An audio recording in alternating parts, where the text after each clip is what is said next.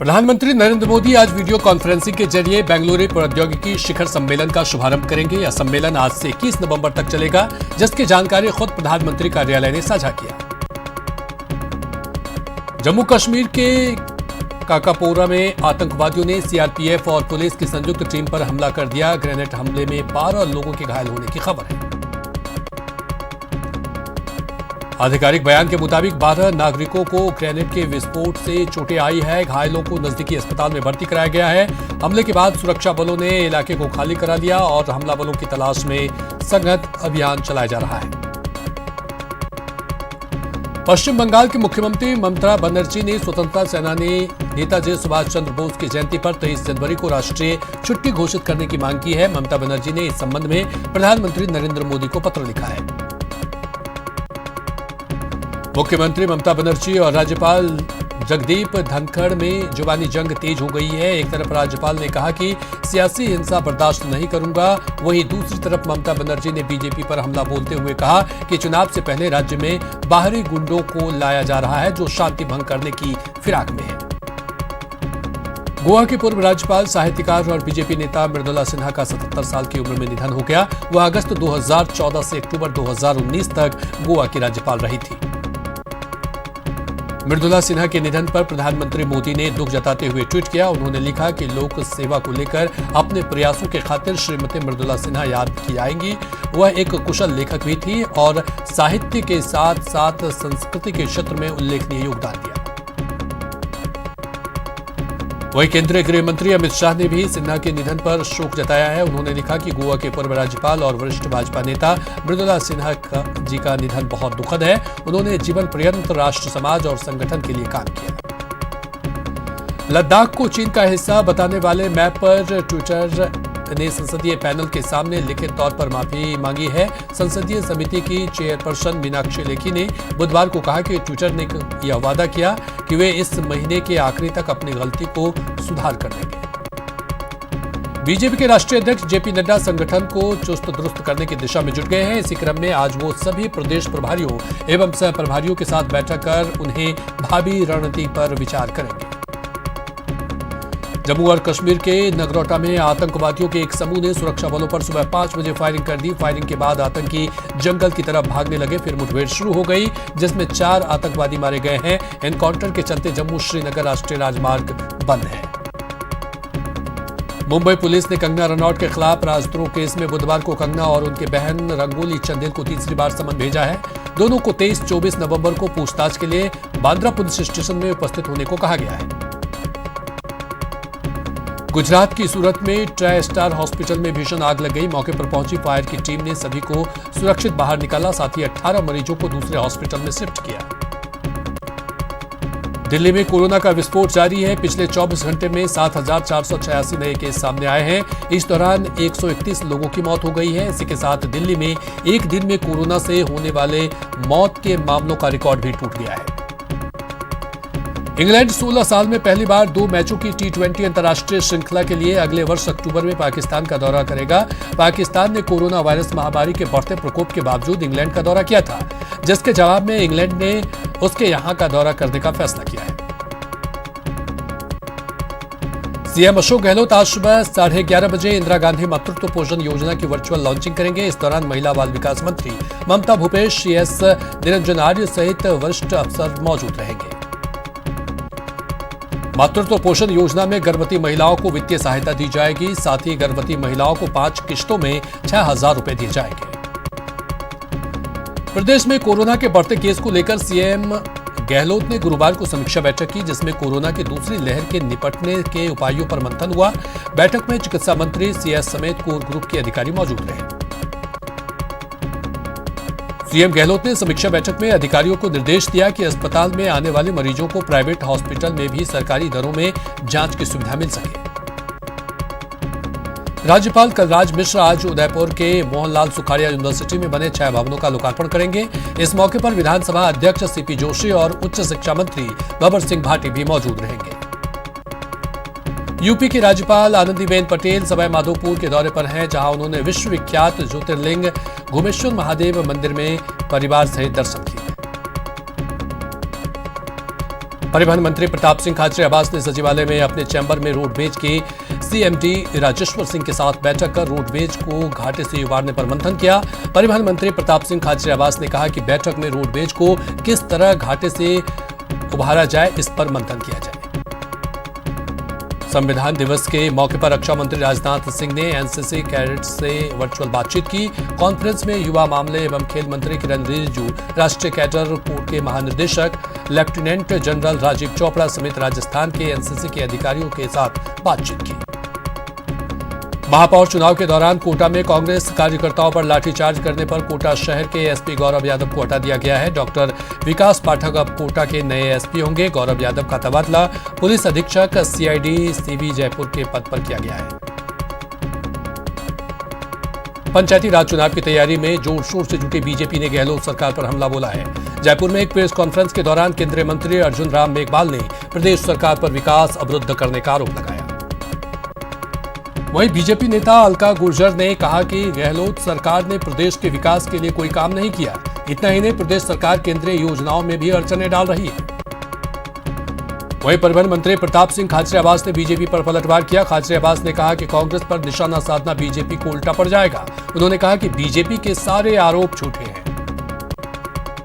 PCC chief Govind Singh Dotasra ने नेता प्रतिपक्ष गुलाब चंद कटारिया पर पलटवार किया। डोटासरा ने कहा कि गुलाब चंद कटारिया का बयान मुंगेरी लाल के हसीन सपने जैसा है। कटारिया ने चिंता करें कि अगले 6 महीने तक वो नेता प्रतिपक्ष रहेंगे या नहीं। प्रदेश के 21 जिलों में होने वाले जिला परिषद और पंचायत समिति सदस्य चुनाव की रंगत बढ़ने लगी है। उम्मीदवार घर घर जाकर वोट मांग रहे हैं। जिला परिषद की 32 वार्डों के लिए नामांकन की तस्वीर साफ होने के बाद कुल 77 प्रत्याशी मैदान में हैं। इनमें से 22 वार्ड में बीजेपी और कांग्रेस के बीच सीधी टक्कर है, जबकि 10 वार्ड ऐसे हैं जहां 2 से अधिक उम्मीदवार मैदान में हैं। चूरू के सुजानगढ़ में पंचायत चुनाव की तैयारियां जोरों पर है। बीजेपी प्रत्याशियों को जिताने के लिए चुनाव प्रचार अभियान सांसद राहुल कस्बा और रतनगढ़ विधायक अविनेश महर्षि भी उतर चुके हैं। पूर्व विधायक प्रेम सिंह बाजोड़ ने कहा कि बीजेपी की ओर से जिला प्रमुख उनके परिवार से ही बनना तय है। वहीं कुछ लोग जिला प्रमुख को लेकर अलग अलग बात कर रहे हैं, जो सही नहीं है। नगर निकाय चुनाव के बाद अब प्रदेश में पंचायत राज के चुनाव होने जा रहे हैं और बीजेपी ने एक बार फिर सरकार के खिलाफ हल्ला बोला है, जिसमें ग्रामीण विकास की योजनाओं को बंद करने का आरोप राज्य सरकार पर लगाया है। यही नहीं, ग्रामीण विकास के लिए चल रही योजनाओं के संबंध में बीजेपी ने एक ब्लैक पेपर भी जारी किया है। श्रीगंगानगर में भी पंचायत चुनाव की चहल पहल तेज हो गई है। इसी क्रम में बीजेपी जिला अध्यक्ष ने राय सिंह नगर में कार्यकर्ताओं के साथ बैठक की। बैठक में बीजेपी प्रत्याशियों को जिताने की शपथ ली गई। चित्तौड़गढ़ में पंचायती चुनाव की तैयारियां जोरों पर है। पहले चरण का चुनाव आगामी 23 नवंबर को होगा। कांग्रेस और बीजेपी ने जीत के लिए अपनी पूरी ताकत झोंक दी है। जयपुर स्थापना दिवस पर ग्रेटर की महापौर सौम्या गुर्जर और हेरिटेज की महापौर मुनेश कुमारी गुर्जर और जयपुर सांसद ने सामूहिक रूप से पूजा अर्चना कर गणपति से मंगल कामना की। मंत्री मास्टर भंवरलाल के निधन के बाद अब कांग्रेस के 2 विधायक कम हो गए हैं। इससे पहले सहाड़ा विधायक कैलाश त्रिवेदी का निधन हो चुका है। इन दोनों नेताओं के निधन के बाद विधानसभा की 2 सीटें खाली हो गई हैं। इन 2 सीटों पर नए साल में उपचुनाव होंगे। दीपावली के बाद एक बार फिर पंचायत चुनावों की सरगर्मियां तेज हो गई है। अजमेर जिला परिषद और अजमेर ग्रामीण पंचायत समिति के तहत आने वाले पुष्कर के नजदीकी गांवों के उम्मीदवारों ने मतदान को लेकर प्रचार शुरू कर दिया। जिला परिषद अजमेर के वार्ड 1 से बीजेपी प्रत्याशी महेंद्र सिंह झालेवार और कांग्रेस से ओम प्रकाश रावत ने प्रचार की शुरुआत की। पंचायत चुनाव को लेकर उदयपुर में भी कर्मियों का प्रशिक्षण कार्यक्रम जारी है। प्रशिक्षण कार्यक्रम में शामिल होने वाले सभी कर्मियों को प्रशिक्षित किया जा रहा है, जिससे चुनावों को निर्विवाद पूरा कराया जा सके। झालावाड़ में भी पंचायत चुनाव की गतिविधियां जोर पकड़ने लगी है। निष्पक्ष और शांतिपूर्ण चुनाव संपन्न कराने के लिए निर्वाचन विभाग की ओर से जोनल मजिस्ट्रेटों को प्रशिक्षण दिया गया। जिला परिषद सदस्यों के चुनाव के बीच नागौर के कुचामन में जिला परिषद प्रत्याशी सुनील चौधरी के खिलाफ लज्जा भंग का मामला दर्ज हुआ है। बीजेपी प्रत्याशी ने चरित्र को लेकर पीड़ित महिला का वीडियो भी वायरल हो रहा है, जिसमें पीड़िता पूरी घटना का जिक्र कर रही है। बता दें कि आरोपी वर्तमान में बीजेपी जिला उपाध्यक्ष भी हैं। वार्ड 31 के बीजेपी प्रत्याशी के खिलाफ गंभीर आरोप लगने के बाद कांग्रेस ने बीजेपी पर जमकर निशाना साधा है। कांग्रेस सेवा दल की ओर से भोजासर गांव के नैनबा पंचायत समिति के जिला पार्षद वार्ड नंबर 4 और पंचायत समिति सदस्य चुनाव के लिए चुनाव प्रशिक्षण कार्यशाला का आयोजन किया गया। प्रशिक्षण कार्यशाला से पहले दिवंगत मास्टर भंवर लाल मेघवाल के निधन पर 2 मिनट का मौन रखकर श्रद्धांजलि अर्पित की गई। सरहदी बाड़मेर में इन दिनों पंचायती राज चुनाव को लेकर प्रचार प्रसार जोर शोर से चल रहा है।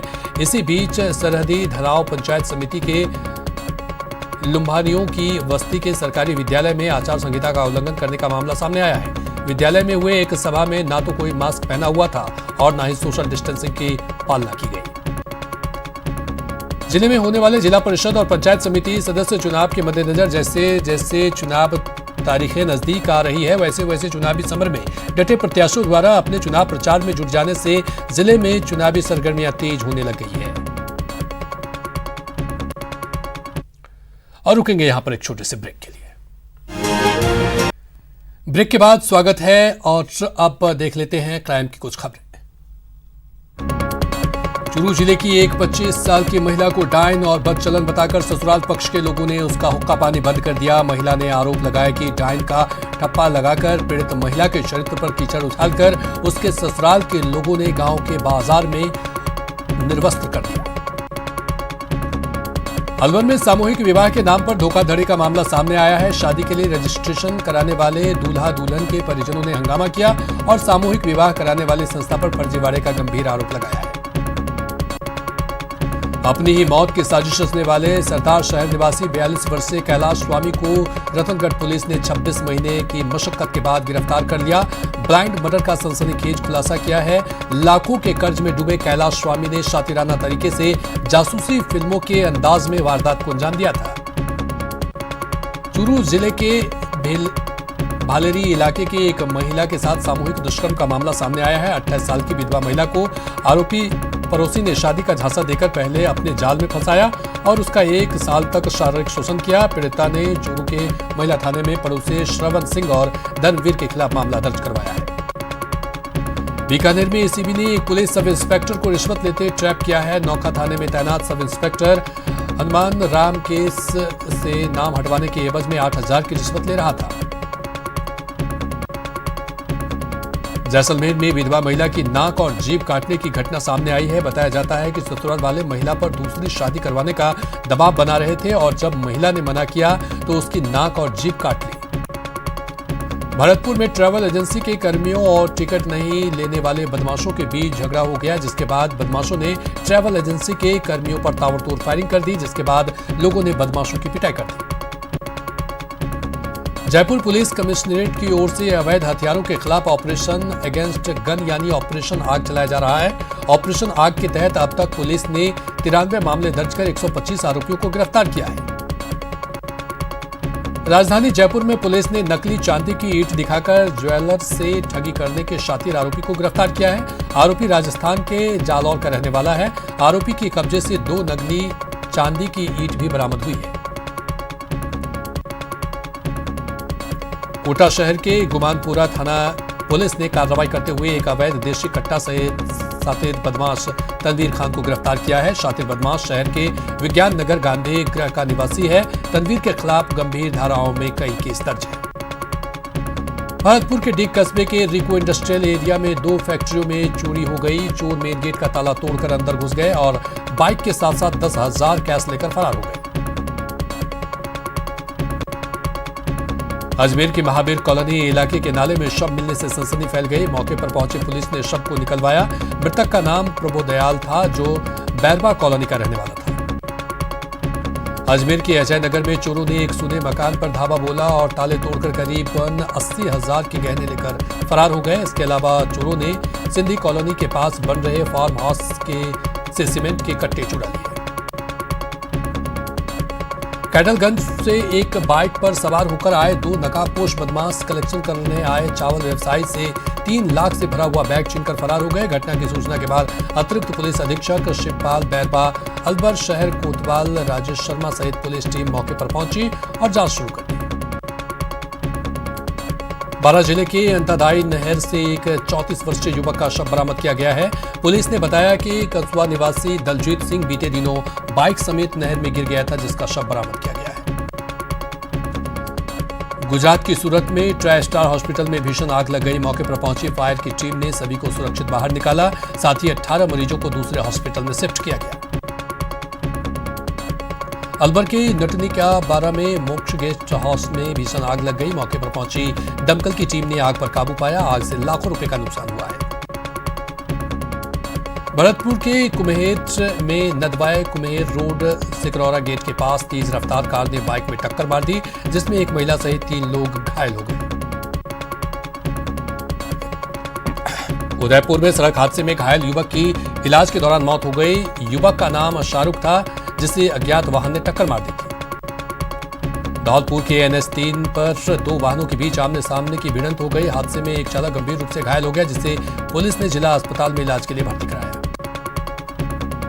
प्रतापगढ़ के सुहागपुरार थाना क्षेत्र में NH 113 पर 2 बाइकों की आमने सामने टक्कर हो गई। इस हादसे में एक बाइक सवार की दर्दनाक मौत हो गई। मामले की सूचना मिलने पर पुलिस ने शव को अपने कब्जे में लेकर पोस्टमार्टम के लिए भेज दिया है।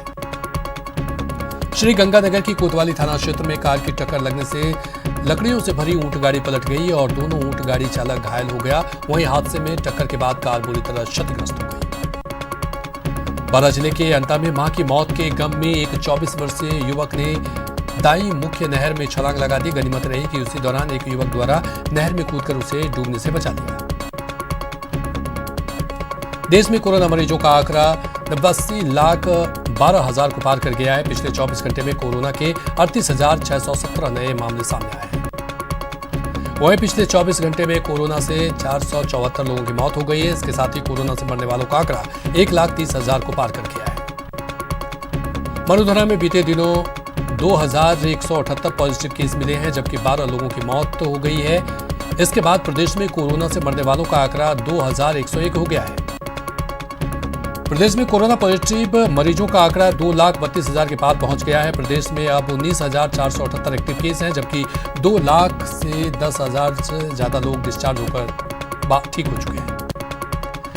कोरोना का कहर शुरू हो चुका है। हाल ही में अब तक 1400 कोरोना केस मिले हैं। कुल पॉजिटिव केसों की संख्या 12,500 के पार चली गई है। चित्तौड़गढ़ में पंचायत चुनाव की सरगर्मियां तेज हो गई है। चुनाव प्रचार के दौरान कोरोना गाइडलाइंस का पालन नहीं रखा जा रहा है, जिस वजह से कोरोना का असर इलाके में फिर से दिखने लगा है। अजमेर में बदलते मौसम के साथ कोरोना संक्रमण भी बढ़ने लगा है। मंगलवार को अजमेर विकास प्राधिकरण के 10 कर्मचारियों की जांच रिपोर्ट पॉजिटिव आई। संक्रमण की पुष्टि होने के बाद ADA ने अपने कई विभागों को तत्काल बंद कर दिए हैं। धौलपुर में कोरोना के बढ़ते मरीजों की संख्या को देखते हुए डॉक्टर मंगल सिंह चिकित्सालय में कोविड-19 जांच सुविधा की शुरुआत की गई। अस्पताल के सभी मशीनों को लगा दिया गया है। खाजूवाला विधायक गोविंद राम मेघवाल के वायरल ऑडियो के विरोध में मुस्लिम समाज के लोगों ने कोर्ट गेट पर विधायक का पुतला फूंका और अपना विरोध दर्ज कराया। जावेद कल्लर ने कहा कि विधायक मेघवाल कभी हिंदुओं के खिलाफ अपशब्द का प्रयोग करते हैं तो कभी मुस्लिम समाज के प्रति अभद्र भाषा का प्रयोग करते हैं, जो बेहद दुर्भाग्यपूर्ण है। चूरू में उर्दू भाषा को लेकर 3 गांव के लोगों ने सड़क पर उतरकर विरोध प्रदर्शन किया। प्रदर्शनकारियों ने 13 दिसंबर 2004 के संविधान संशोधन के मुताबिक राज्य के महाविद्यालयों में अल्प भाषा संकाय खोलने और दांडी सद्भावना यात्रा में निकले शमशेर भालू खान को चिकित्सीय सुविधा उपलब्ध कराने की मांग की। और इसी के साथ फिलहाल इस बुलेटिन में इतना ही, लेकिन न्यूज 18 राजस्थान पर खबरों का सिलसिला लगातार जारी है। नमस्कार।